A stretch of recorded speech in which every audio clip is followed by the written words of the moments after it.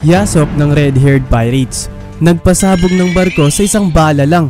Sobrang saya ng celebration ng Straw Hat Pirates at ng mga Giant Pirates habang naglalayag papuntang Elbaf. Naikwento nga din dito nila Oimo at Kashi kina Luffy na di nga daw sila nakapag-antay at pinuntahan na nila ang kanilang captains sa Little Garden pagkatapos nilang umalis ng Water 7. At nang makarating sila Oimo at Kashi sa isla ay nadatnan nga daw nilang patuloy pa rin itong laban ng kanilang mga captains na sina Dory at Brogy. At nagsasapakan na lang nga daw itong dalawa dahil sa nasira ang kanilang mga sandata. Sinabihan nila Oimo at Kashi ang kanilang mga captains na di sapat ang kanilang mga kamao para ipatumba ang kanilang katunggali, lalo na't gusto nilang magpatayan.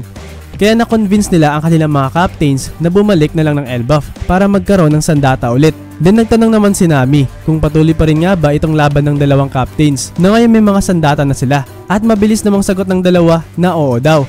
At napa-walkout na lang nga si Nami. Na-hype naman dito si Usopp at sabi niya na parang walang natutunan si Nami sa Little Garden na siyang ginagatungan pa nga ni Luffy. Napansin naman ni Sanji na sobrang tapang daw nitong alak ng mga Giants. At sagot naman ng isang Giant na ang tawag sa alak na ito ay Absinthe the Green Fairy. Nagbabala nga din itong Giant dahil sa maaari ding mag-hallucinate ang umiinom nito. At kalaunan ay mas naging maingay pa nga itong selebrasyon ng ating mga bida. Then makikita din nating masayang magkasama si Bonnie at ng kanyang ama na si Kuma na ngayon may ngiti na sa kanyang mukha. Tuwang-tuwa dito si Bonnie habang sinasabi kay Kuma na sa wakas ay magkasama na rin nga nilang nakamtan ang kapayapaan. Napaka-heartwarming ngang makita na sa wakas payapa na ang buhay nila Kuma at Bonnie ngayon. Cut dito at magkakaroon ng flashback 1 month ago kung saan pumasok si Bartolomeo sa teritoryo ni Emperor Shanks at sinunog nga niya ang Jolly Roger ng Emperor para palitan ng Jolly Roger ni Luffy. Then makikita nga nating nakaluhod ngayon si Bartolomeo sa harapan ng red-haired pirates. Nagsalita dito si Shanks at sabi niya na napakaraming ang pirate crews at mga tao ang umaasa sa kanyang Jolly Roger. At kung papalampasin lang niya to ay marami ang mawawala ng tiwala sa kanya at magiging target nga din ng kanyang mga kaibigan at kakampi. No siyang sinang-ayunan naman ni Bartolomeo, sabay nga niyang hingi ng tawad kay Shanks at sabi pa niya na di sila nag-iisip. At isang malaking pagkakamali itong nagawa niya. Wala namang imik itong Emperor at si Hongo ang kumausap kay Bartolomeo. May inilabas na maliit na bote itong doktor ng red-haired pirates at sabi niya na isa itong nakakamatay na lason. Sa loob ng isang buwan ay dapat na madala daw to ni Bartolomeo kay Luffy at siguraduhin maiinom niya ito. Dagdag pa ni Hongo na nagkukos ito ng napakatinding sakit at walang tigil na paglabas ng dugo mula sa katawan ng biktima hanggang sa mamamatay ito. At pinapangako daw nilang papalampasin nila ito kapag na-take na ni Luffy ang kanyang responsibility bilang boss nitong si Bartolomeo. Umalma naman itong mga subordinates ni Bartolomeo at sabi nilang di daw nila ito magagawa sa kanilang Luffy senpai. Pero di na nga nagdalawang isip pa si Bartolomeo at agad niyang sinakmal itong bote ng lason mula kay Hongo at dali-dali niya itong ininom. Sinubukan namang pigilan ng kanyang mga subordinates itong si Bartolomeo dahil sa paniguradong ikakamatay daw niya to. Pero naubos na nga to ng kanilang captain at sabi niya na okay lang daw sa kanya na mamatay. Habang ang mga red-haired pirates naman ay seryoso nga lang na nakatitig kay Bartolomeo. Umiiyak na nga dito si Bartolomeo at sinigaw niyang di daw sila pinilit ni Luffy na makisalo sa sake o kaya dalhin ang kanyang Jolly Roger. At di niya hahayaang madawit si Luffy sa nagawa niyang kalokohan dahil sa napaka-importante ng oras ng kanyang boss para sayangin lang sa isang katulad niya. Tanggap nga din niyang isang hamak na pirata lang siya na mamamatay dahil sa pagpalag sa isang emperor. Gustong-gusto nga daw talaga niyang makita si Luffy na maging hari ng mga pirata pero sinayang lang niya ang tanging pagkakataon na parang isang tanga. Kaya itong mga subordinates na lang daw niya ang magpatuloy sa kanyang pinapangarap. Habang sinasabi to ni Bartolomeo ay mapapansin nga nating nag-iba ang ekspresyon ni Shanks. Imbes ngang sumabog ang dugo sa buong katawan ni Bartolomeo, ay bigla nga lang siyang nabusog sa kanyang ininom. Nasagot na rin ang ating curiosity patungkol sa kung ano ang magagawa ni Shanks sa barrier ability ni Bartolomeo. Since kahit na si Oden ay wala ngang nagawa sa barrier ability ng previous user nito. Siguradong walang nagawa ang mga physical attacks ng red-haired pirates sa barrier ability ni Barto, kahit pa si Shanks. Pero alam natin na ang pinakamabisang pamatay sa mga Devil Fruit abilities ay ang King's Haki, na siyang forte nga talaga ni Shanks. Kaya kahit anong invincible pa ng barrier ability, ay paniguradong madudurog pa rin ito sa mga malalakas na King's Haki user na katulad ni Shanks. Then makikita natin na rumaragasa ang Barto Club papalayo ng isla. Tuwang-tuwa nga dito sila Bartolomeo at di sila makapaniwalang hinayaan na lang silang makaalis. Pero kailangan pa rin nga daw nilang mas makalayo-layo pa. Doon sabi naman ng mga subordinates ni Bartolomeo na mukhang peke nga daw yung lason na ibinigay sa kanila. At wala din talagang masamang intensyon ang red-haired pirates kay Luffy. At sabi naman ni Bartolomeo na akala nga daw niya na talagang walang awa ang mga emperors. Pero di daw niya ine-expect na ganito kabait itong si Shanks. Cut dito at mapupunta naman sa red-haired pirates. Tinatanong nga dito ni Ben Beckman si Shanks na ba't daw siyang ngumingiti. At sagot naman ni Shanks na nahihirapan daw siyang di ngumiti. Dahil sa natutuwa siyang sobrang dedicated daw ni Bartolomeo kay Luffy. Then bigla ngang pinatabi ni Yasop ang kanyang captain at inihanda nga niya ang kanyang baril. Sabay sabing kailangan pa rin nga daw nilang turuan ng leksyon itong mga pirata. At gamit lang ng isang atake ay pinasabog nga talaga ni Yasop ang Barto Club at pinalubog ito sa karagatan ng Gartel Island. At di pa ni-reveal kung may nakaligtas nga ba sa ginawang atake ni Yasop. Cut dito at mapupunta naman sa may Hachinoso Island. At nakabalik na nga dito sa isla si Blackbeard. Pinapagalitan nga nitong Emperor si Pizarro dahil sa ba't daw niya hinayaang mangyari itong bagay. Ni saglit lang nga siyang nawala. At sagot naman ni Pizarro na hindi naman daw ganun kasimple itong mga nangyari. Patuloy naman sa pagdadada si Blackbeard. At sabi niya na di ba alam nitong si Pizarro na malapit na ang katapusan ng kanilang mundo.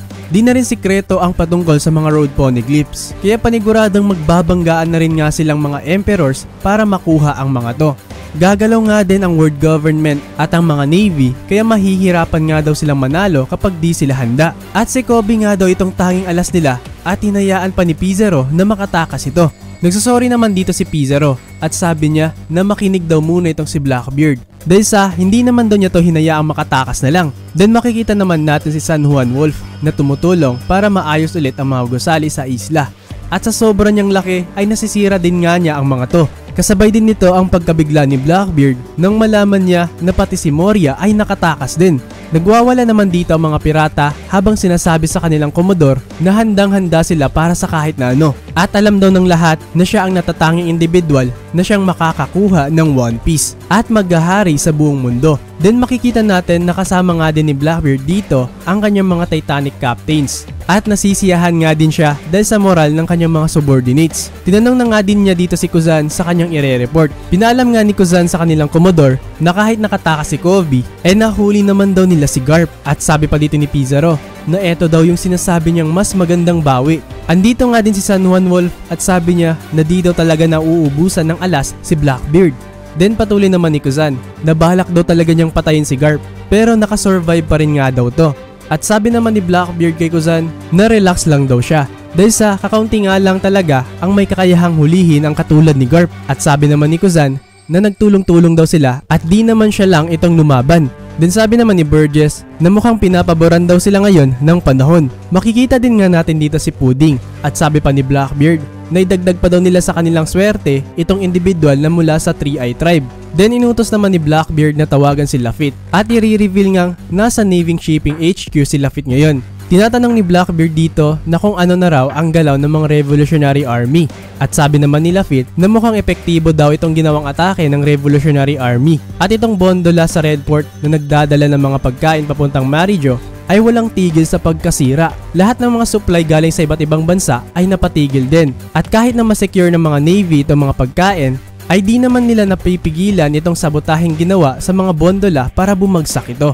Dagdag pa ni Lafitte na mukhang gugutumin na nga daw talaga ang mga Celestial Dragon sa gantong sitwasyon. Napakahusay daw nitong ginawa ng Revolutionary Army at nag-e-enjoy nga din siyang pagmasdan ang mga nangyayari. Then sabi naman ni Blackbeard na kung ganon ay di na to ang oras para mag-relax. At inutos niya dito sa kanyang mga Titanic captains na maghanda sila. Then dumating na rin nga sina Devon at Van Ogre sa Pirate Island. At sabi pa dito ni Pizarro na nakaka-stress daw itong laging pagpapasampa sa kanilang mga barko, lalo na ngayong injured pa siya. At natakot naman dito si Caribou sa pagkakita niya kay Pizarro. Si Blackbeard ang pinakadelikadong kalaban ni Luffy sa pagkuha ng One Piece.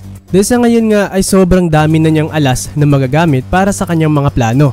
Ngayon na hawak niya si Garp ay mas lumaki ang kanyang chance sa kung ano man ang kanyang hihilingin sa world government. At nakaka-curious nga din kung ano ang magiging plano nila sa ginawang pangungopya ni Devon kay Saturn. Maaari kayang isa ito sa kanilang paraan para makuha ang Devil Fruit ng isang individual?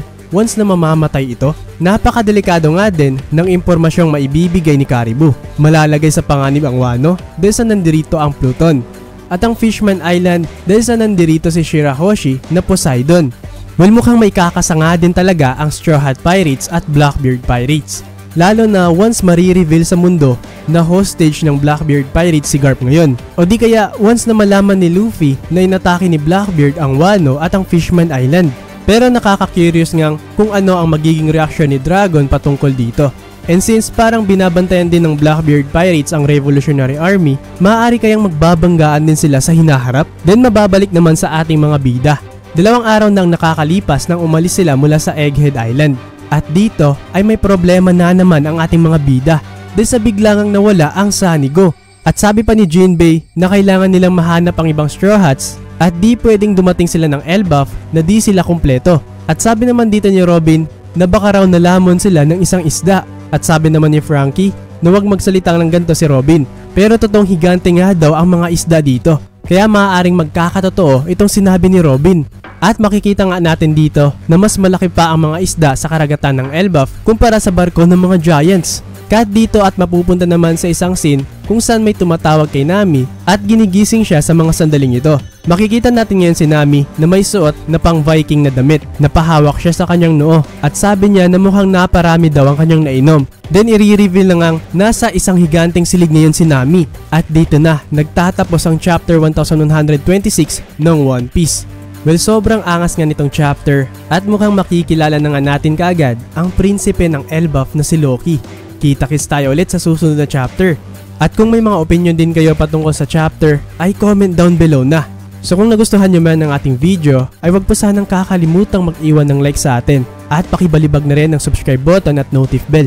Dahil sa sobrang laking tulong po niyan sa ating channel. Maraming salamat po sa panunood at hanggang sa muli, mga ropa.